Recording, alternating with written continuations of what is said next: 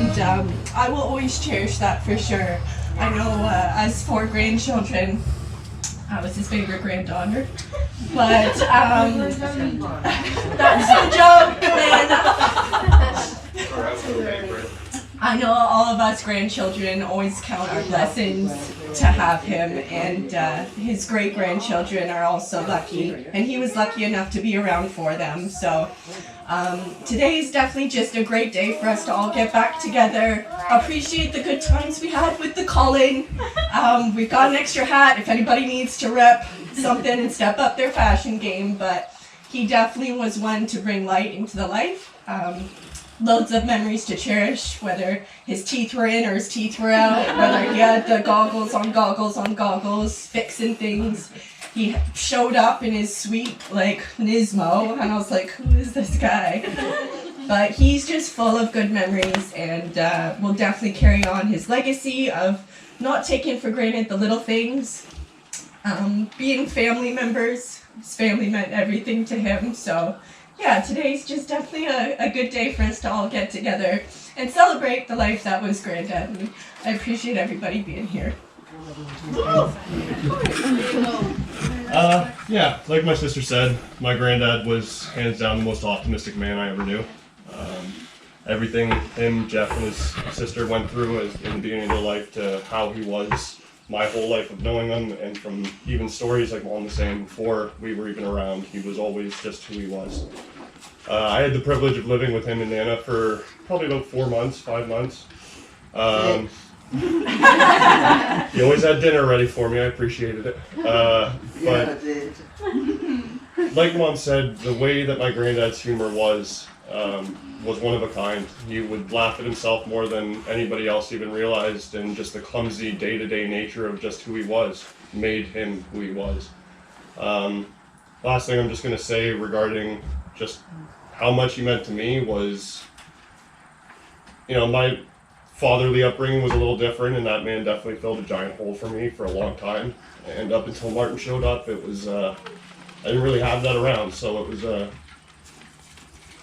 I can't thank him enough for how he rubbed off on me and how he helped me get through a lot of the things I went through. And I think he would have honestly been stoked that he died the day Sean Connery did. I figured by that point they were hours away from each other, and they're just waiting in line, and he's bugging them like, "Oh, I loved you in 007. Let's play golf!" But he truly was the funniest man ever, and just to lighten the mood a little bit, this one time when we're sitting there, he lost glasses for about 5 months. Going on about him every day, can't find him. Jilly's just, I don't know, Colin, I don't know. So I asked to go get some meat out of the freezer, and there they are at the bottom of the freezer. So I turned to him, I said, "Granddad, come here, mate." "Well, what's up, my son?" I go, "Look in the bottom of the freezer." "Oh, I've bought 2 pairs and I've lost both of them as well. Must have been on me shirt and fell." I flipped one more piece of meat, the other 2 were done eventually. He died laughing and was the most random human being on the planet. And again, we all loved him to absolute death, and we can't thank you all enough for just being here for him. Thank you all for being here today. It's really hard for me to stand up here and talk about, this. He was such a terrific man, and just thinking about all the hardships, he endured through his early life. It's so unbelievable to think of how he was just so absolutely kind to everybody, and just warmed everybody's hearts everywhere he went. Just absolutely the best man I've ever known, for sure. And, Granddad and I were men of few words, but but we had well, him and I. Anyways, I remember one of my earliest memories of Granddad was he took me out. I must have been the boy's age. Took me out golfing, coaxed me in being left-handed, and we played round golf. It was probably very hard for him. And at the end, he very patient. At the end, he went to the snack bar, and unwillingly to me, he got me a butterscotch cup. I said, Granddad, I don't like butterscotch. And he said, how do you know? Have you ever had one? I said, no. He said, well, then you don't know. Try it. Never had butterscotch to this day, but actually it was pretty good. That's right. One of my middle memories with my teens, I remember being with Granddad all day, and the entire day we just watched Lethal Weapon 1 through 4. 1 through 4. And that, he said, "Oh, you want to watch the fourth one? It's not so good." No, we're watching it. We watched the whole thing. From what I can remember, he stayed awake throughout the entire 4 movies. And I think one of my latest memories with Granddad was we were standing over there by those trees there, and I'd set up a lawn chair on top of the hill over there, and we were standing over there with each of us had a wedge, and we were playing a game I was trying to introduce him called Hit the Chair with golf balls. And I said, I was explaining him the game, we're trying to, I'm going to go up there, and what I like to do is I like to pitch mine up on top of the hill, and from there I pitch it into the chair. And he looks at me and he goes, "You do what you like, I'm going to hit the chair."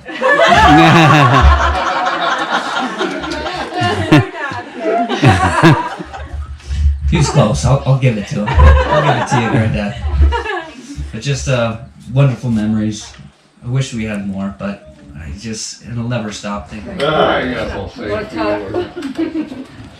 and sweet. Short and sweet. Roger Dodger. That's Granddad, yeah. Roger Dodger.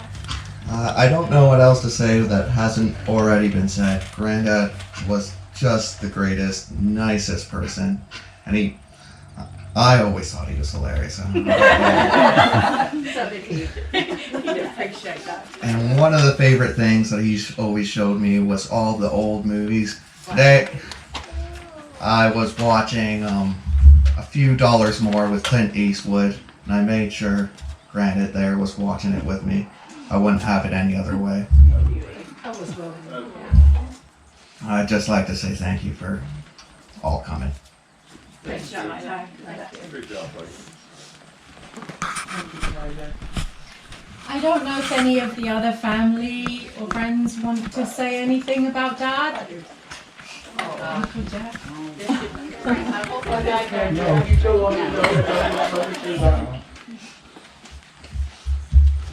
What can I say about my brother that a lot of you don't already know?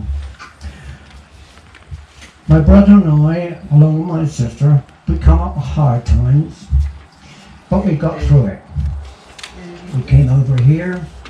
Well, Colin came over here, and then he came back and told me what Canada was all like. And I said, right, I'm leaving you. We're going back over to Canada. You stay here, which he did for a while.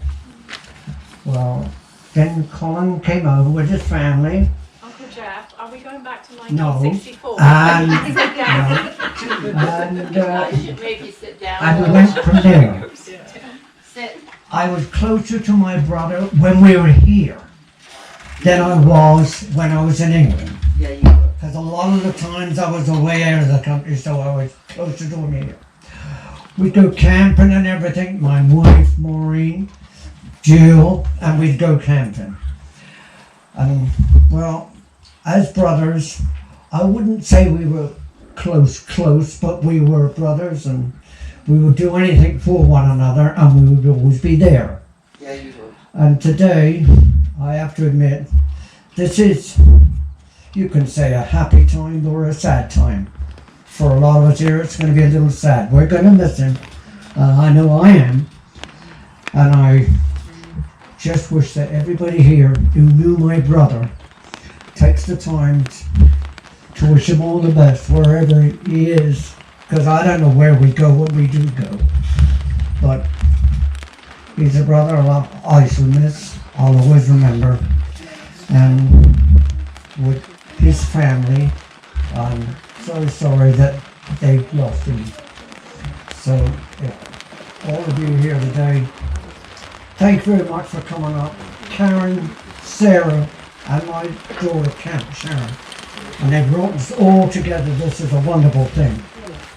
And this is the nicest thing that could have happened to our family. Saying goodbye to my brother. Which I don't lie, I will. But, anyway. Thank you very much for coming. All of you. Thank you.